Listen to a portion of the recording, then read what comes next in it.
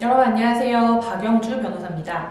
여러분 오늘은 제가 변호사 일을 하면서 경험을 한 보이스피싱 이야기를 여러분들하고 해보려고 하는데요. 제가 보이스피싱 이야기를 하려고 하는 이유는 우리가 보이스피싱이라고 하면 부모님 세대가 피해자가 되는 경우가 많다고 생각을 하고 있지만 실제로 피해 사례를 보면 20대나 30대 피해자분들도 너무너무 많고 변호사인 제가 보기에도 와 이거는 진짜 위험하다, 나도 속을 수 있겠다 싶은 사례들이 많았기 때문에 여러분들에게 한번 이 이야기를 하면 좋을 것 같아서 오늘 영상을 찍게 됐어요. 저는 보이스피싱 범죄를 하다 보면은 피해자분들도 많이 만나지만 가해자, 피의자나 피고인이 된 분들도 많이 만나게 되는데 이분들이 어떻게 하다가 보이스피싱 범죄에 가담을 하게 됐을까? 어떻게 하다 시작하게 됐을까? 이게 참 궁금했어요. 그래서 알게 된 충격적인 사실들이 있어서 여러분들에게 말씀드리려고 하는데 여러분들도 이제 구인 광고를 보거나 아니면 회사를 좀 찾아다닐 때 이 부분을 유의하시면 좋을 것 같아요. 이분들도 범죄 경력이 없는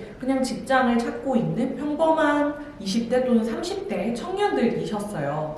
그런데 이제 벼룩시장이나 인터넷 취업 포털 사이트 같은 거에서 경력이 없어도 할 수 있는 일이다. 업무 시간 대비 돈을 많이 주는 아르바이트다. 이런 식으로 이제 구인 광고가 있는 거를 보고 연락을 해서 어떤 일이냐고 물어보면서 이제 일이 시작이 되는 거예요. 이분들이 들었던 거는 이제 중국에서 하는 일이고 숙식 제공이 되고 항공편까지도 전부 다 지원이 되는 일이다 이렇게 안내를 받았고 수당도 꽤 쏠쏠한 편이었기 때문에 이걸 하지 않을 이유가 없다라고 생각을 한 거예요.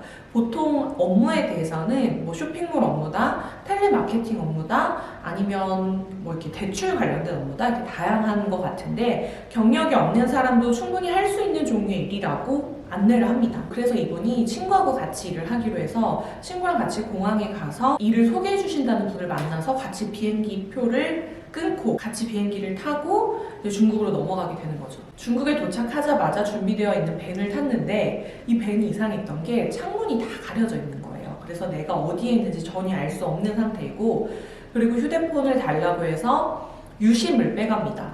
그리고 휴대폰은 숙소에 있는 와이파이를 통해서만 쓸 수 있도록 그렇게 보니까 사실 이건 감금이나 다름이 없는 거예요. 내가 중국이 어딘지도 모르는 상태에서 그 사람들이 지정해둔 숙소에 가고 연락처도 없고 내가 중국에 와서 말이 안 통하죠. 내가 어디에 있는지도 모르죠. 그리고 내 휴대폰의 유심까지 빼앗겼기 때문에 연락을 할 수 있는 방법조차 없는 그런 상태가 됩니다. 그러고 나서 중국에서 하루 정도 관광을 시켜준 이후에 숙소에 진짜 말 그대로 감금을 시키고 그곳에서 이제 보이스피싱 업무를 하도록 지시를 내리는 거죠. 그 정도의 상태가 되면 이분들은 심리적으로 굉장히 위축이 된 상태라고 해요. 왜냐하면 내가 여기서 이 사람들이 시키는 일을 하지 않았을 때 그 이후에 어떤 일이 벌어질지 아무것도 예상이 되지 않고 내가 여기서 도움을 청할 수 있는 곳이 아무 데도 없고 말도 통하지 않기 때문에 이게 나쁜 일이라는 걸 알면서도 어쩔 수 없이 시작을 하게 되는 거죠. 그렇게 해서 보이스피싱 전화를 하게 되는데 이분들은 뭐 중국 사람도 아니고 한국 사람이기 때문에 말을 굉장히 유창하게 했겠죠. 자기의 전화를 받고 실제로 피해자가 발생하기도 했다 하더라고요. 그렇게 몇 날 며칠을 하다가 이제 이 사람들이 이게 정상적인 일이 아니고 내가 기대했던 일이 아니기 때문에 점점 겁이 나기 시작을 했다고 해요. 그래서 거기에서 친해진 사람들에게 부탁을 해서 일주일 만에 결국에는 도망을 칠 수 있게 됩니다. 공항까지만 저를 좀 데려다 주시면 좋겠고 그동안 일한 거 돈 안 받아도 된다 이렇게 이야기를 해서 가까스로 탈출을 하고 공항에서 자기 돈으로 비행기표를 끊어서 한국으로 오게 됐는데 한국에 도착하자마자 공항에서 바로 체포가 됐어요. 근데 이 사람들은 오히려 내가 공항에서 체포가 돼서 다행이다 라는 생각을 했다고 해요. 왜냐하면 너무나도 정신적으로 힘들었고 내가 이렇게 나쁜 일에 연루가 될 거라고 생각을 못한 상태에서 중국으로 갔던 거기 때문에 마음이 너무 힘들었다. 차라리 죗값을 빨리 치르고 싶다. 그렇게 좀 이야기를 하시는 거를 제가 들은 적이 있습니다. 보이스피싱의 피해자분들을 보면 돈을 건네는 방식이 대포통장에 입금을 하거나 현장에서 직접 사람을 만나서 건네는 경우가 있죠. 그런데 이 통장이 명의잖아. 직접 현장에 와서 돈을 받아가는 사람들 역시 보이스피싱이 주범이라기보다는 어떻게 보면 그 사람들 역시 속아서 일을 하는 경우가 대부분입니다. 어떤 식으로 속이냐면 대포통장 같은 경우는요 취직을 시켜준다고 하면서 통장을 보내라고 하거든요. 그리고 이 통장이 뭐 너의 통장이 맞는지 확인하기 위해서 비밀번호도 같이 알려달라고 합니다. 아니면 너의 통장으로 뭐 돈이 왔다 갔다 할 수 있는데 이게 별거 아니다, 범죄가 아니니까 그렇게 크게 걱정하지 말아라 하면서 비밀번호를 알려달라고 하는 경우. 그런데 사실 나의 통장과 비밀번호를 알려주는 것 자체가 법 위반이거든요. 그래서 이것조차도 사실 하면 안 되는데 내 통장이 대포 통장이 될 거라고 생각을 하지 못한 분들이 만연하게 그걸 빌려줬다가 대포 통장이 이용당하는 경우가 있고요. 현장에 나와서 돈을 받아가시는 분들 역시 이게 경력이 없는 누구나 할 수 있는 일이고 많은 돈을 벌 수 있다.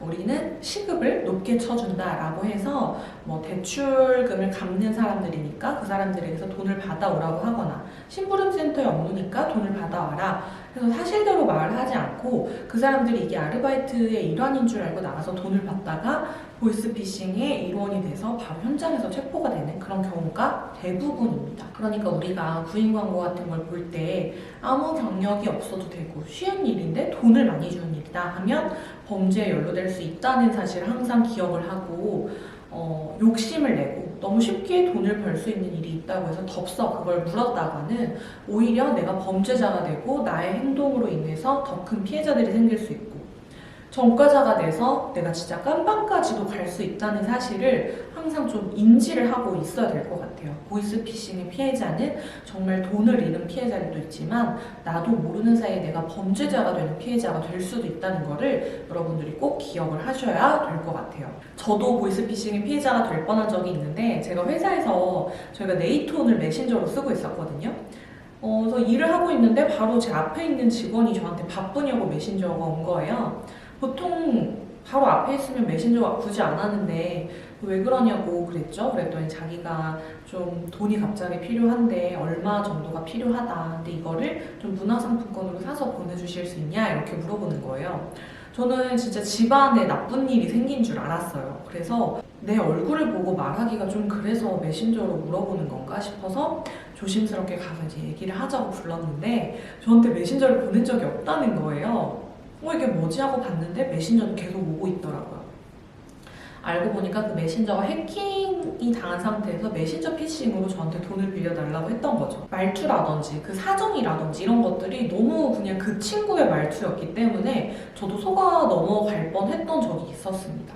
그러니까 항상 조심을 해야 되는 것 같은데 우리가 조심하기 위해서는 메신저 피싱 같은 경우는 반드시 전화를 하거나 얼굴을 보고 본인임을 확인을 해야 되고 기관을 사칭하는 피싱 같은 경우는 우리가 우선은 전화를 끊어야 돼요. 끊는 게 가장 중요하고 이거 실제로 검찰에서도 권고하고 있는 방법이거든요.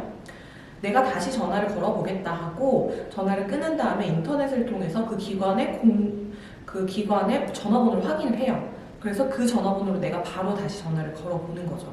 그렇게 해서 확인하는 게 가장 정확한 방법이니까 좀 보이스피싱이 의심스럽다 하는 전화를 받으신 분들은 이런 방법을 꼭 확인을 하셨으면 좋겠어요. 그리고 요즘에는 이제 검찰에서 뭐 피의사실처분 통지서 같은 거를 보내주는 수법으로 또 이제 피싱 수법으로 활용이 되고 있는 걸 제가 봤는데 정말 진짜 처분 결과 통지서 있잖아요. 거기에서 전화번호만 바꿔서 담당자만 바꿔서 이렇게 보내는 방법으로 써서 이것도 진짜 속을만 하겠다 싶더라고요. 근데 진짜와 가짜의 가장 큰 차이가 뭐냐면 가짜는 연락처에 휴대폰 번호를 적어둡니다.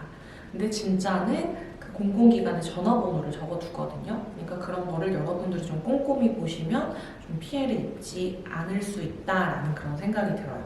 그래서 오늘은 처음으로 이렇게 법률적인 이야기를 해봤는데 여러분들에게 나쁜 일이 생기지 않았으면 좋겠고 나쁜 일이 생겼을 때는 그 즉시 경찰서에 신고를 하고 변호사의 도움을 받아서 피해를 최대한 예방하실 수 있었으면 좋겠습니다. 그럼 저는 오늘 영상 여기까지 찍도록 하겠고요. 다음에 또 인사드릴게요. 여러분 안녕.